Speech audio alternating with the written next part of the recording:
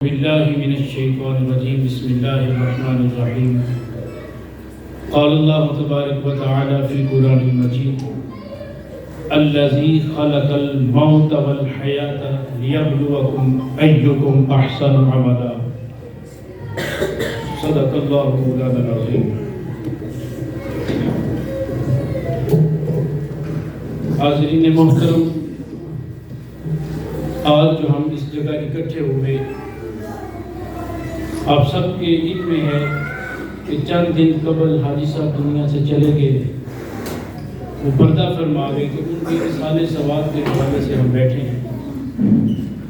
جو آیت کریمہ میں نے تلاوت کی، باری تعالیٰ فرماتا ہے الذی خلق الموت والحیات لیبلوکم ایکم احسن عملا، یعنی وہ جس نے موت اور حیات کو پیدا کیا اس لیے کہ وہ آزمائے کہ اچھے عمل کون کرتا ہے۔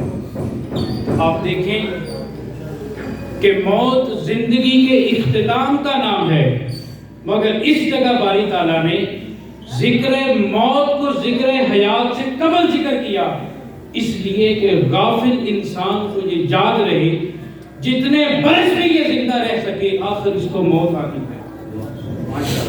تو کبھی بھی یہ موت سے غافل بندہ نہ ہو، تو پہلے موت کو ذکر کیا، بعد میں زندگی کو ذکر کیا۔ آپ دیکھیں ام المومنین اما عائشہ صدیقہ رضی اللہ تعالی عنہ آپ کہتی ہیں کہ ایک مرتبہ میں نے آقا علیہ السلام سے پوچھا، یا رسول اللہ علیہ السلام، کوئی خوش نصیب ایسا بھی ہے کہ جو رہے تو اس زندگی میں، اس دنیا میں، اور وہ رتبہ شہادت کو پالے؟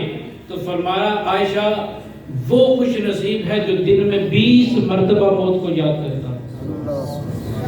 تو آپ دیکھیں کہ موت کا جب ذکر پہلے کیا تو باری تعالیٰ نے اس لیے کہ انسان غافل نہ ہو، یہ اپنے قریبی رشتہ داروں اور دوستوں کو جب گاہے بگاہے اٹھائے اور قبرستان لے جائے تو اس کو یاد آتا رہے کہ موت نے ایک دن آنا ہے۔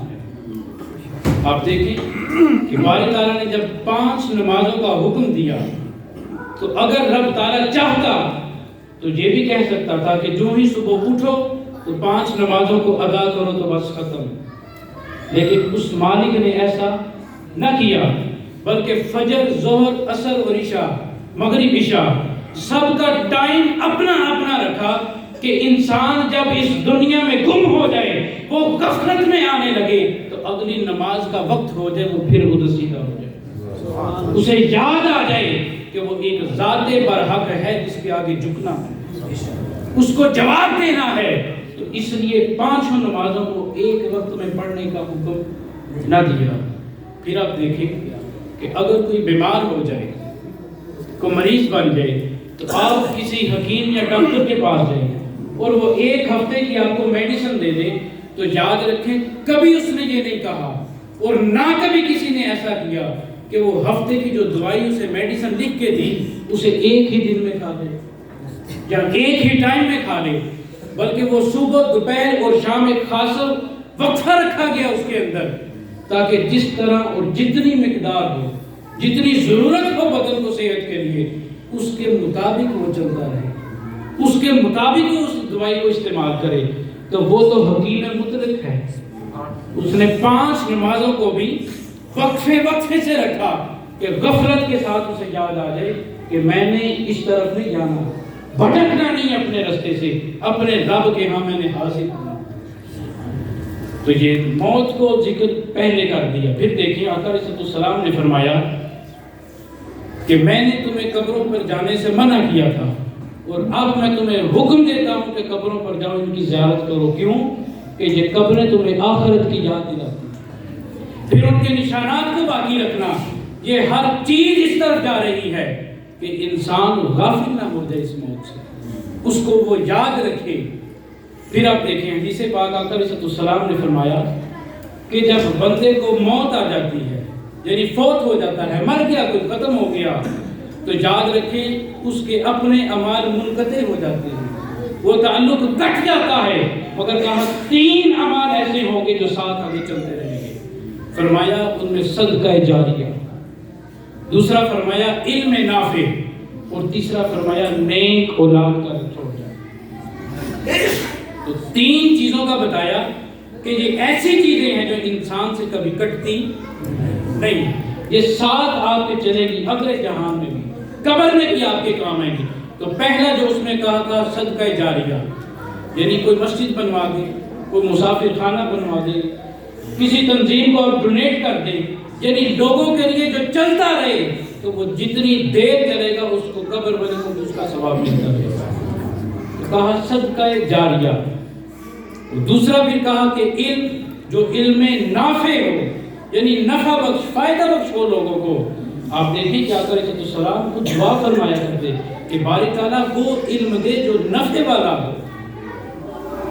تو علم نافع، آپ دیکھیں کہ میں آپ کے سامنے چند کلمات کو بول رہا ہوں، تو میں نے یہ اپنے اساتذہ سے پڑھا اور سیکھا۔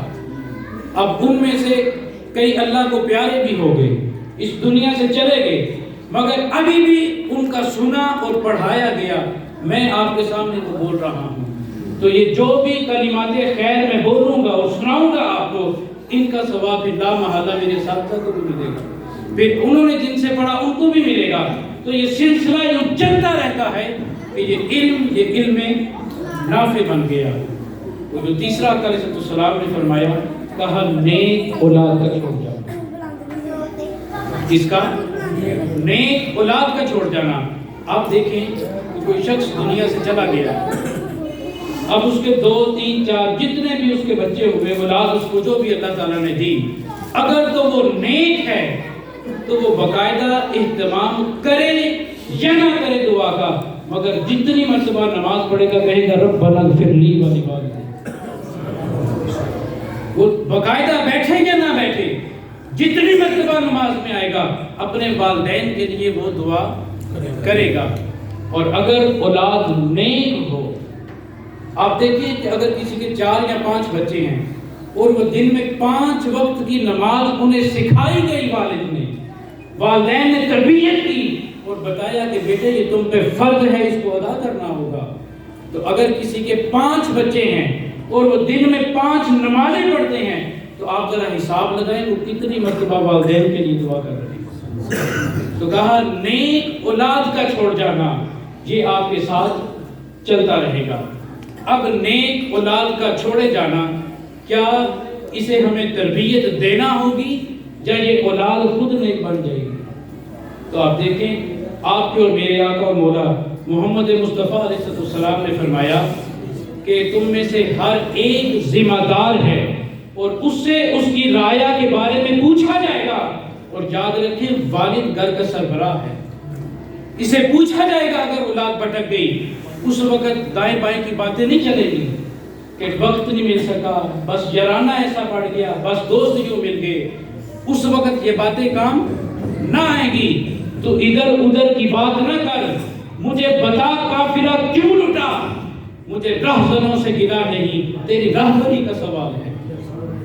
بتا مجھے یہ قافلہ کیوں لٹا، یہ بچے کیوں بہک گئے؟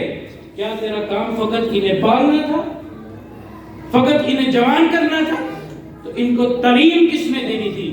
وہ سنیے آقا علیہ السلام نے فرمایا کہ تم میں سے جب ہر کوئی جواب دے ہوگا تو کہا جہاں بچوں کو دوسرے آپ گفٹ لا کے دیتے ہیں، تحفے تحائف دیتے ہیں، تو ان میں سب سے بہترین تحفہ والدین کی طرف سے اولاد کے لیے یہ ہے کہ انہیں اچھا ادب سکھا دے۔ کیا سکھا دے؟ فقط ادب نہیں، اچھا ادب سکھا دے۔ یاد رکھیں کسی دکاندار کا ادب ٹھیک نہ ہو، اخلاق اور رویہ ٹھیک نہ ہو تو گاہک بھی اس کی دکان پہ نہیں آتا۔ اور اگر وہ گھر ہو اور اس کا ادب نہ ہو، اخلاق اس کے بہتر نہ ہو، تو یاد رکھیں کوئی رشتہ دار بھی اس کے ہاں ٹھہرنے کو راضی نہیں۔ کیوں؟ کہ یہ بد زبان ہے، یہ بد لحاظ ہے، بڑے چھوٹے کی تمیز نہ رہی، تو یاد رکھیں یہ پوچھا جائے گا والدین سے۔ اس لیے بہتر یہ ہے کہ ابھی وقت ہے اولاد کو اس تربیت کے پہلو میں لایا جائے۔ اور آپ دیکھیں پھر بخاری شریف میں آقا علیہ السلام نے فرمایا کہ ماں جو ہے اس پر زیادہ ذمہ داری ہے بچے کی۔ کیوں؟ کہ باپ تو باہر چلا گیا کمانے کے لیے، لیکن ماں اور بچے کا رشتہ وہ رشتہ ہے جو ایک آنگن میں پل رہے ہیں، ایک چھت کے نیچے رہ رہی ہیں، باپ سے زیادہ وقت بچے کا ماں کے ساتھ گزر رہا ہے، تو کہا ماں سے بھی پوچھا جائے گا۔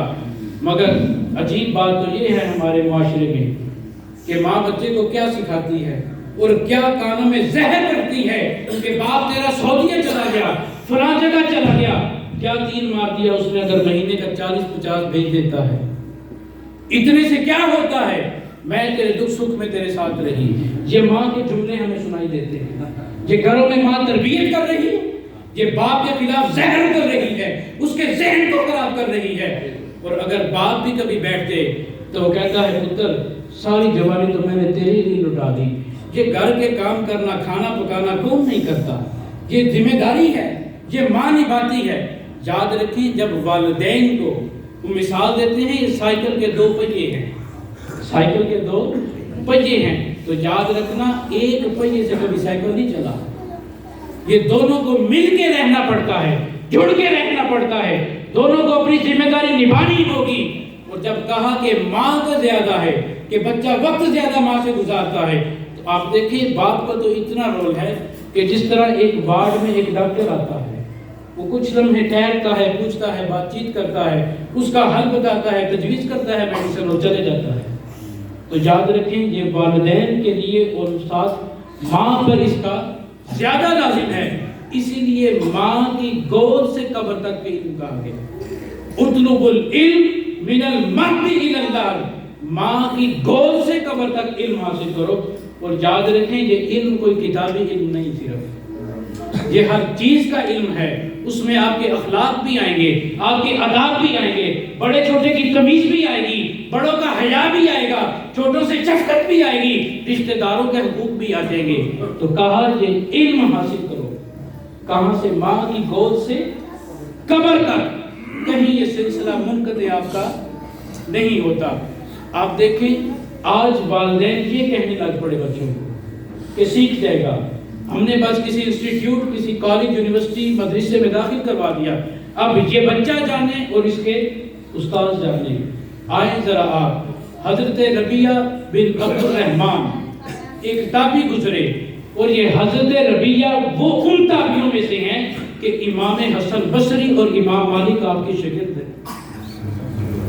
اب آپ کے والد جناب ابو عبد الرحمن بنو امیہ کے دور میں، یہ تاریخ بغدادی میں روایت ہے، بنو امیہ کے دور میں جہاد کے لیے جانے لگے، اور جاتے وقت اپنی بیوی کو کہنے لگے کہ یہ 30,000 دینار یہ میں تمہیں دے جا رہا ہوں، اور آگے میں ان کا حساب بھی لوں گا،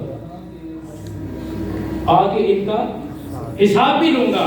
اب ادھر بچے کی ابھی ولایت ہونی تھی، ولادت ہونی تھی، یعنی حضرت ربیہ نے ابھی پیدا ہونا تھا جو تابعی تھے، تو باپ ان کے چلے گئے جہاد کے لیے، اور 27 سال کے بعد واپس آئے۔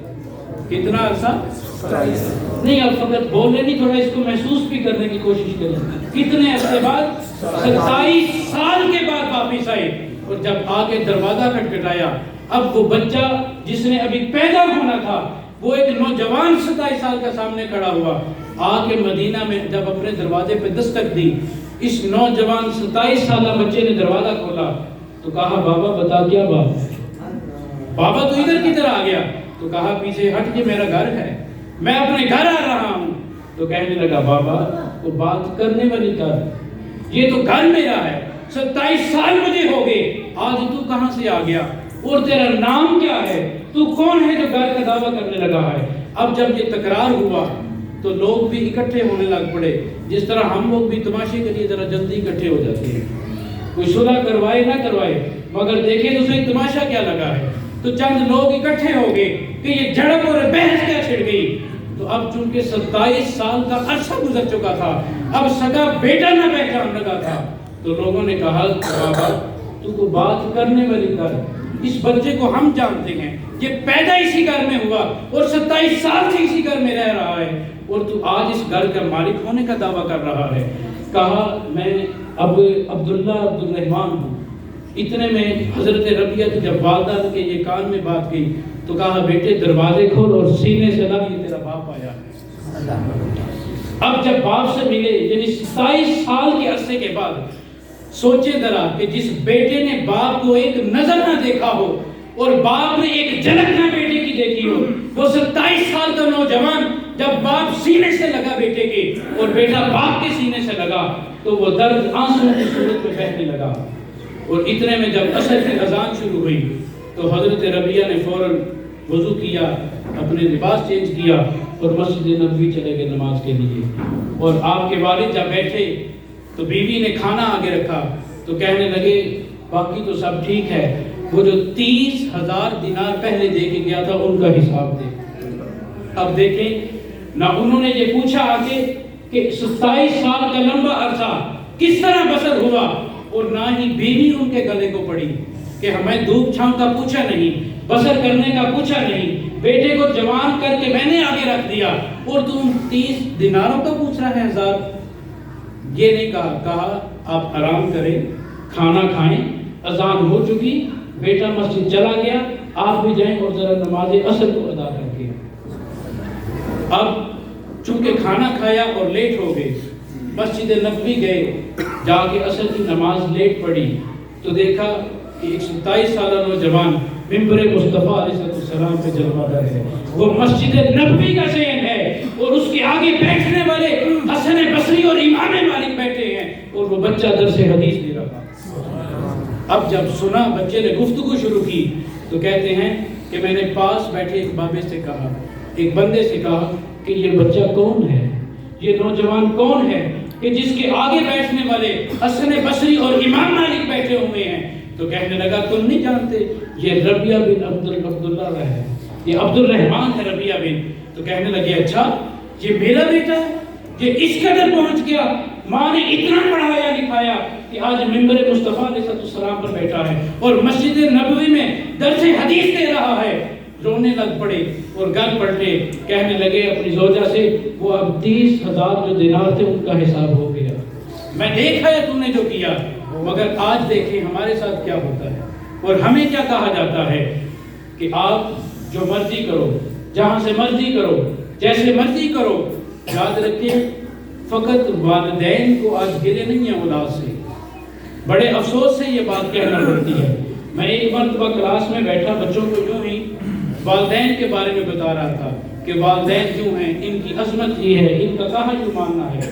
تو آپ یقین کریں ایک بچے نے مجھے خاموش کروا دیا اس کے سوال میں، اور وہ کہنے لگا استاد جی کو والدین واسطے بھی گل ہے کہ نہیں کہ صرف بچیاں واسطے ہی ہے۔ آپ یقین کریں میں بات کرتا کرتا خاموش، اب آگے جواب ہی نہ تھا اس وقت کہ میں کیا کہتا۔